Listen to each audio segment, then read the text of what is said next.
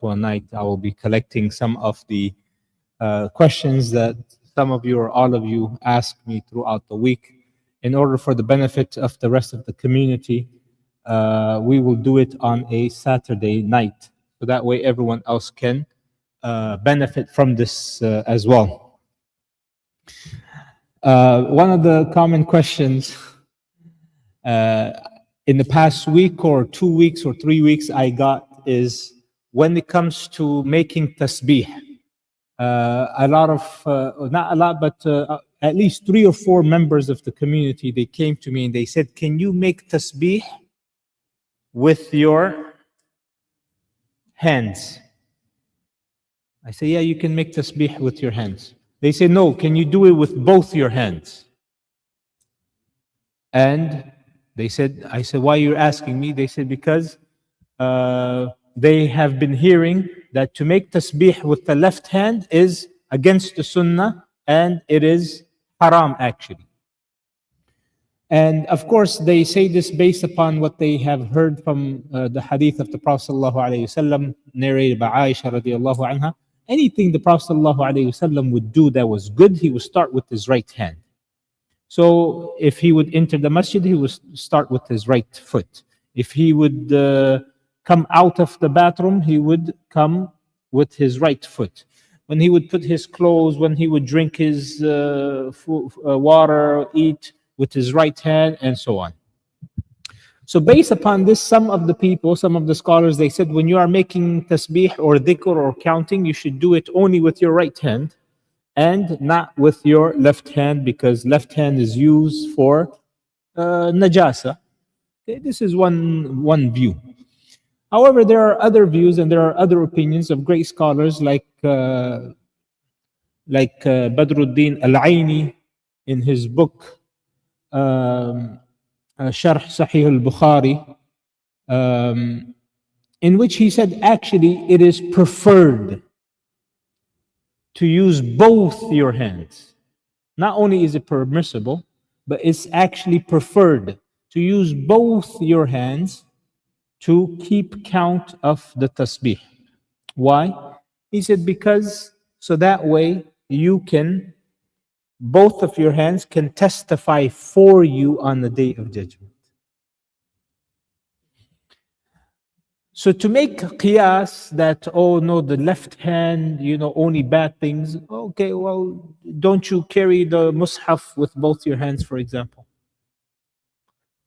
Or when you come to the masjid, do you not walk with your left foot as well? Or do you only hop on one right foot? You're hopping. Why, brother?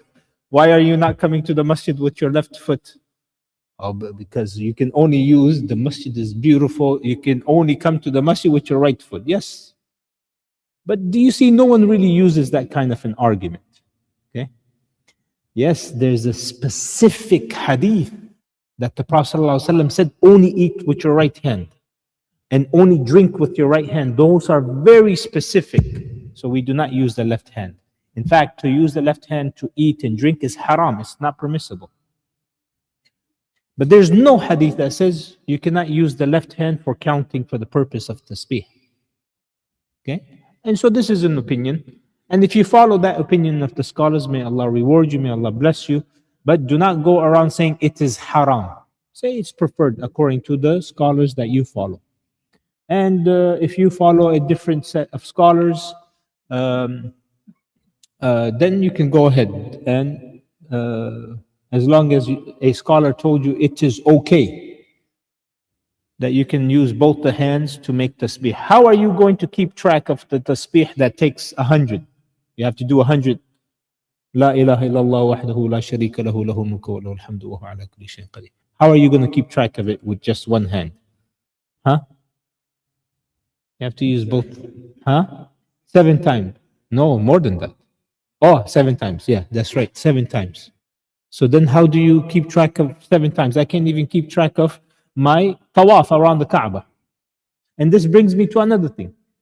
When we are making tawaf, is the Kaaba on my left side or on my right side?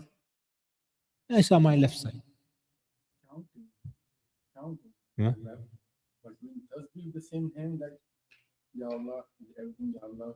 No problem. Yeah, you can do it with your left. Yeah, you can do it. So when you're making tawaf, you're having the tawaf, you're going counterclockwise, and the Kaaba is on your left hand side. Based upon your logic, it should be on your right hand side.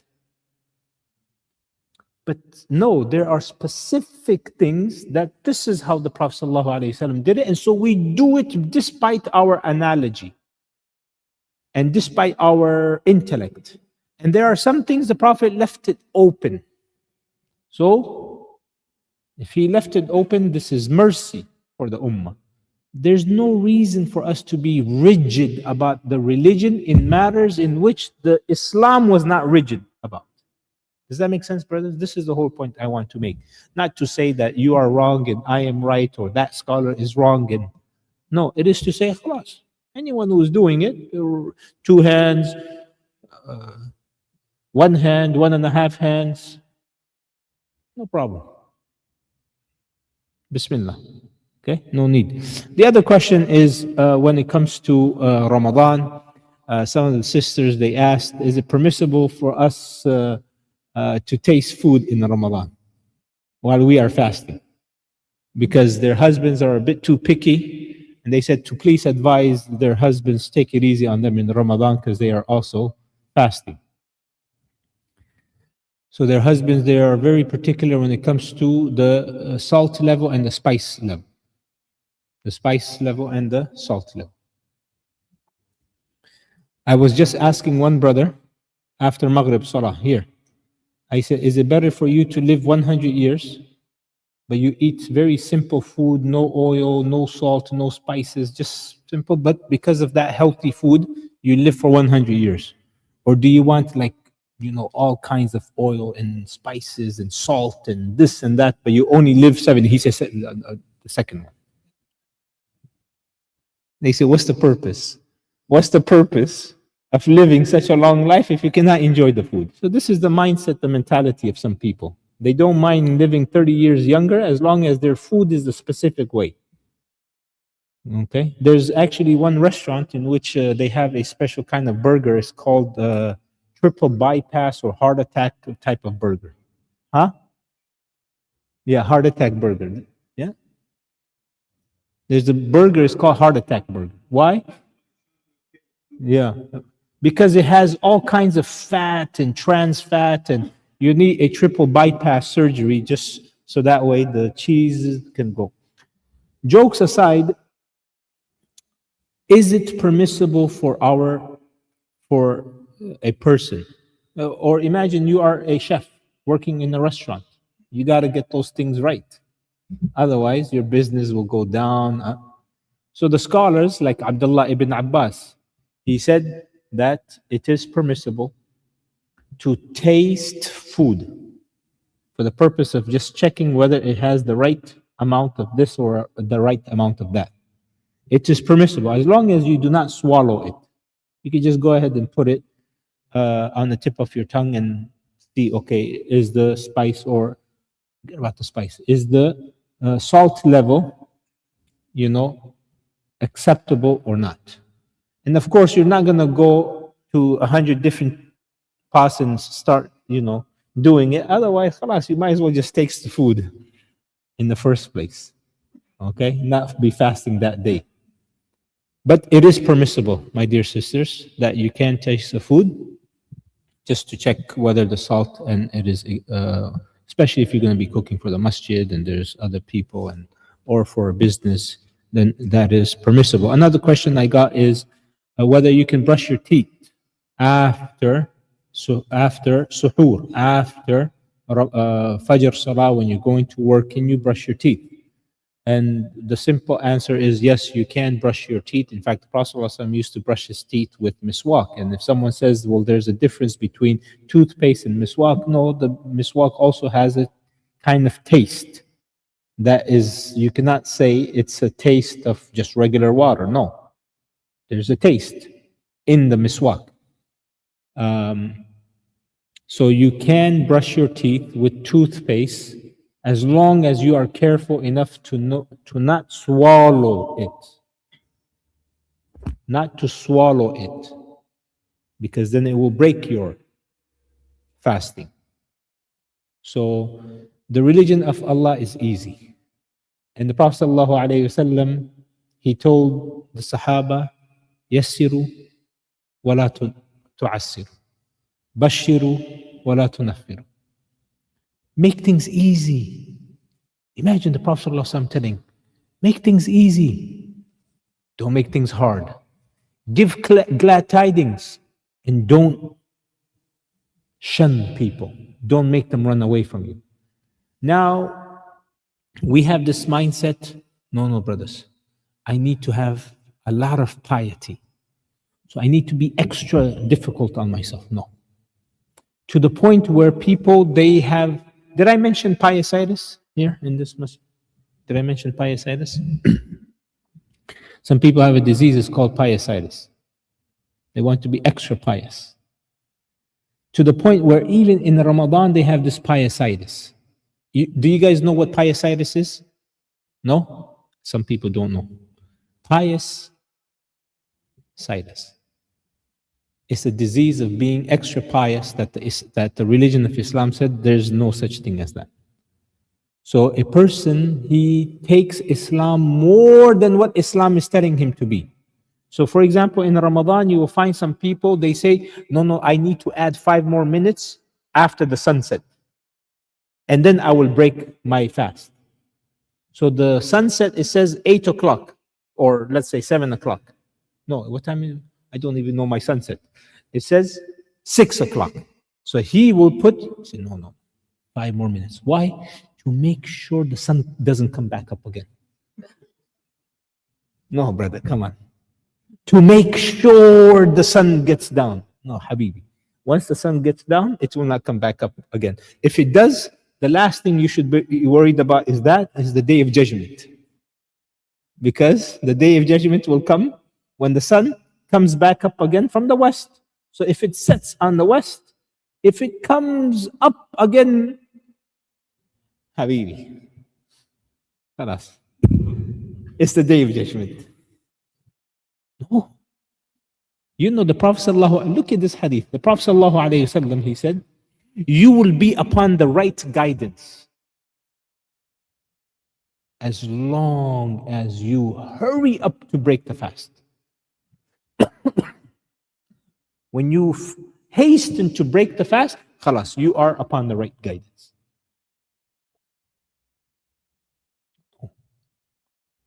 If it says 6 p.m., no need to get into piositis mode. That I need to go ahead and be extra pious.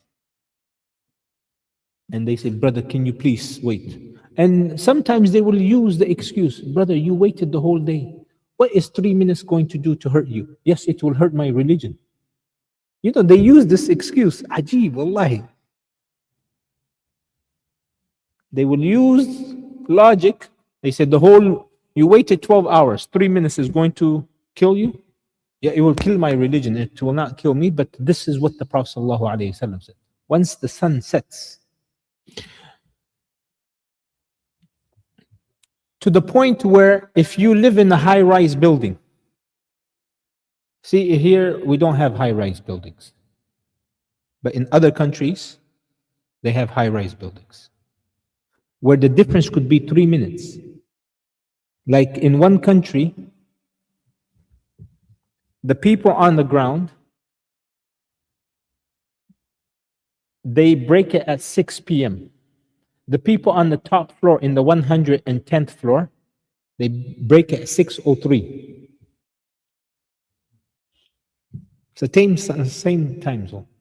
So the people on the top, if they're still on top and they can see the sunset, they must break it at 6:03. And the people on the bottom, they break it at 6 p.m. Now, if the people on the top, they want to break it at 6, just come down. Just come down, break it, but don't go back up until at least 3 minutes pass. Okay? So this is the reality. That the people, and this is very common, if you live on a mountaintop, on a hilltop, on an elevated top, your breaking of the fast is going to be different. But that is based upon not piositis. That is based upon the sun did not set for you because of the elevation. Okay, it has nothing to do with that. So anyway, the point I'm making is that when we are, inshallah, when Ramadan is upon us, and we're going to break the fast, we must break the fast based upon the timetable that has been agreed upon without adding any 1 minute, 2 minutes, 3 minutes. No more. None of that. Okay? Once the sun sets, trust me, brothers, it's not going to come back up, and you can break your fast, even if the adhan is not called. Even if the adhan. I remember last year, there was a program that was going on, and the adhan was not being called, so it got delayed by 3 minutes. Khalas, break your fast, brothers. Break your fast. You don't need to wait for the adhan to break your fast. So the shart, the condition for you to break your fast is not the adhan. The condition is the time. So because maybe the imam, he got busy. Maybe the whatever. Once the time comes, okay, break the adhan. No, huh? Ubaid. What did I say? Oh, break the fast. Okay? And the opposite is true for suhoor. You should delay the suhoor. So what happens if, for example, I'm eating and the suhoor, the adhan comes for fajr, and I have kajur in my, the date still in my mouth, and I'm eating. The adhan happens. What should I do? Should I take it out? What should I do? Huh? Feed it. And then I need to wash it down with something. I need to wash it down, because now for the rest of the day is going to be, like when something is sweet in your mouth, for the rest of the day, you're going to feel very thirsty. What do? The adhan is happening. Hurry up, don't delay. Drink fast. These are all approximate times. Does that make sense, brothers?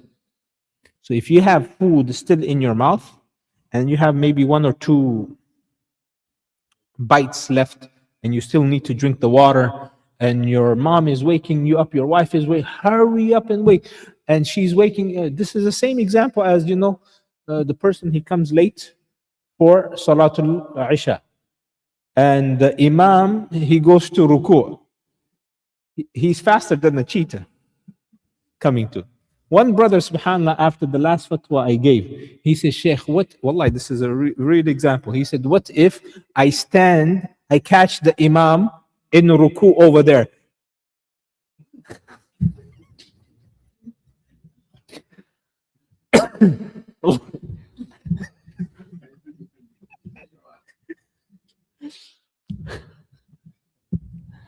He said, what if I catch it over there?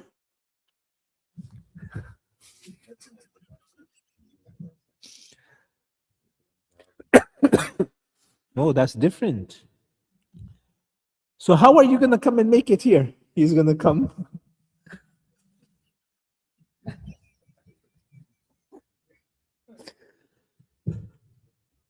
No, you can't do that. Okay. So we cannot treat the adhan or the iqama in that kind of a way. Jazakallah khair, brother. I have so many water bottles here. Okay. طيب. Any other questions? Any other questions? Yes.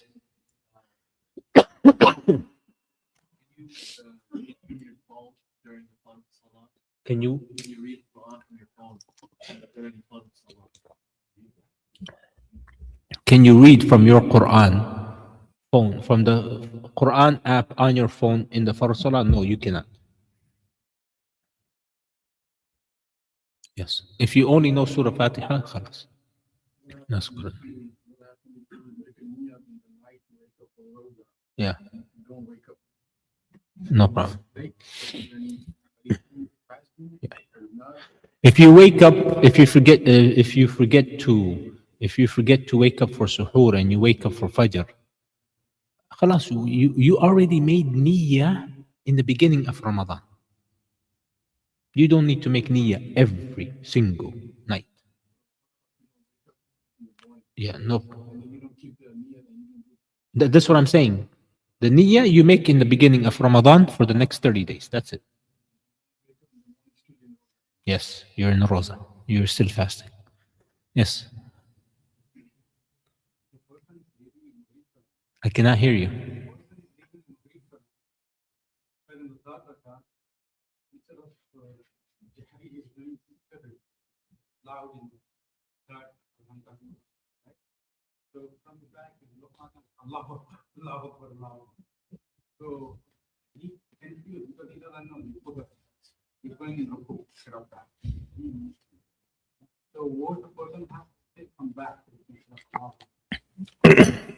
So he is reciting out loud in the third rakah.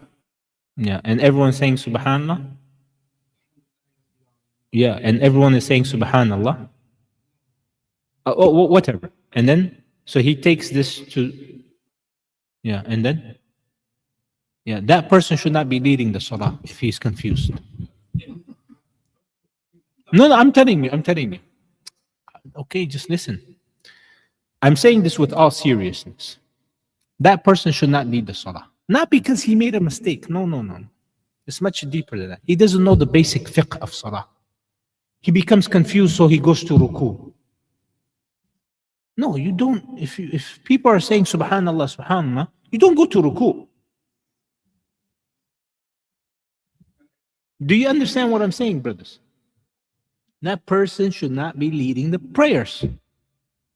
Just like a person who doesn't know tajweed, he doesn't know how to say Allahu Akbar, or he doesn't know how to say Hay or Salah or Falah, he should not be giving the adhan. Simple as that. So that's why it's like, I'll give you an example. Will you learn English from a person who doesn't know how to speak English? I don't need to say, will you take medicine from a doctor who doesn't know how to practice? I will not say big example like that.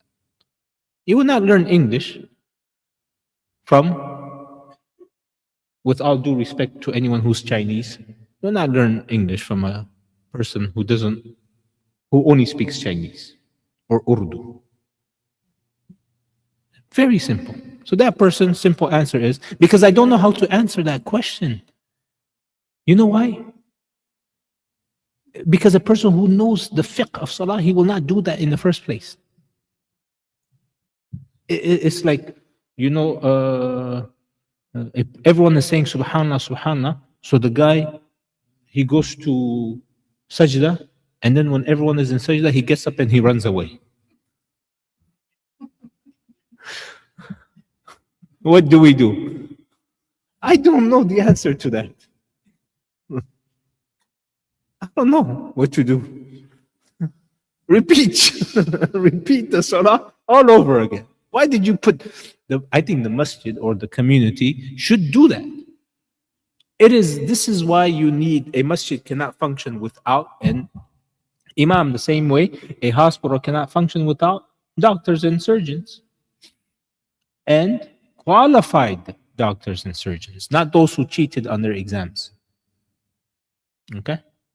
Yeah, very good. All right, inshallah, let's, by the way, this is Q&A. Anyone who wants to leave, they can leave. This is not a dars, but we'll take one more question and then we'll call it a night, inshallah.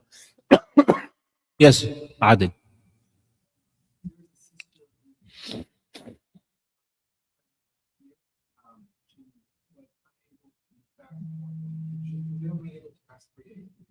Okay, all right. Okay.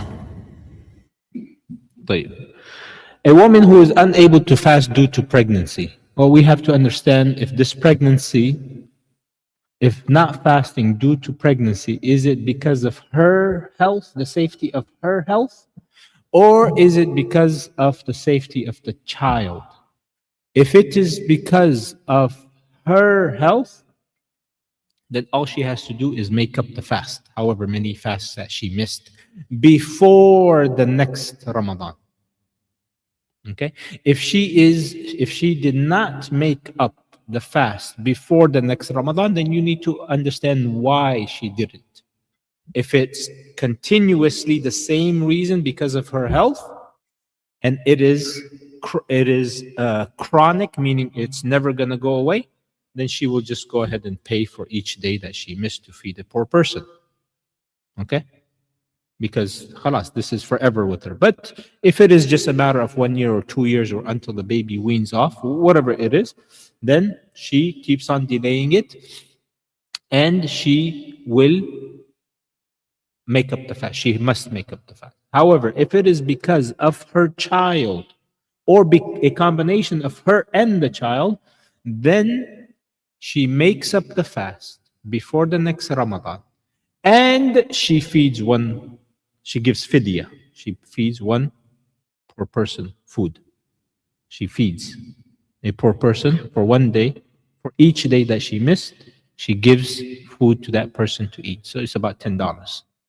Okay? Why? Because the reason is not connected to her, it's connected to someone else that she is responsible for. And if she does not make up the fast before the next Ramadan, and she happens to make it up after the next Ramadan, then she also must feed a poor person for each day that she did not or was not able to make it up before the next Ramadan. Okay, so she makes it up plus pay fidya. Does that make sense? This applies both to men and women. You got sick, you're supposed to make up your fast before the next Ramadan. If you don't do it and it becomes too late, then you wait until the next Ramadan, it comes. So you make up the fast and you must pay because you delayed it beyond its time. Okay. All right, inshallah. Jazakumullah khairan. Inshallah, we'll take other questions. Yes, Brother Abdul Rahim, I'll make an exception to Abdul Rahim Bhai.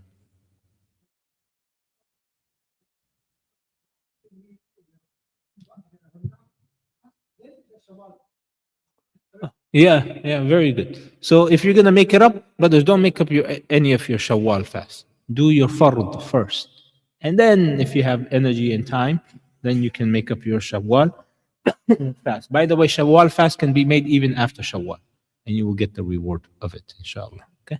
Jazakumullah khair. Any questions? You see me here Tuesdays. From Tuesday onwards, just send me and I will save it, and we will have it for everyone's benefit.